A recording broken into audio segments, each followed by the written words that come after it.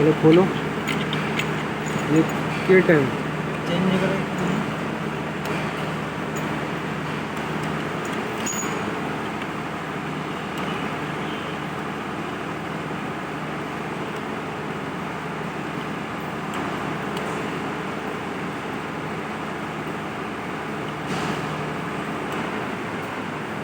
सब कुछ पड़ा।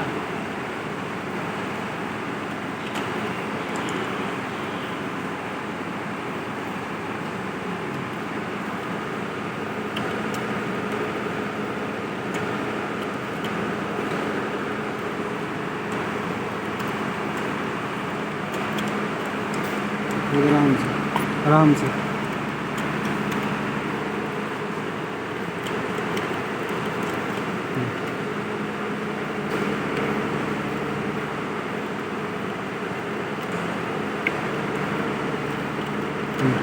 तुम्हारे तरफ की खुले।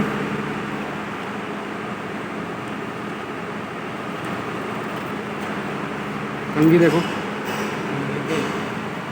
ये कंघी टूटी हुई है। ये ऐसी टांग होनी चाहिए इधर, ये टूटी हुई है।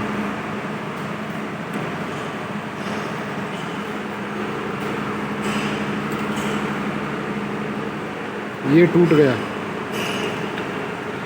ये कंघी है इसके अंदर, कॉइल है ये कंघी है।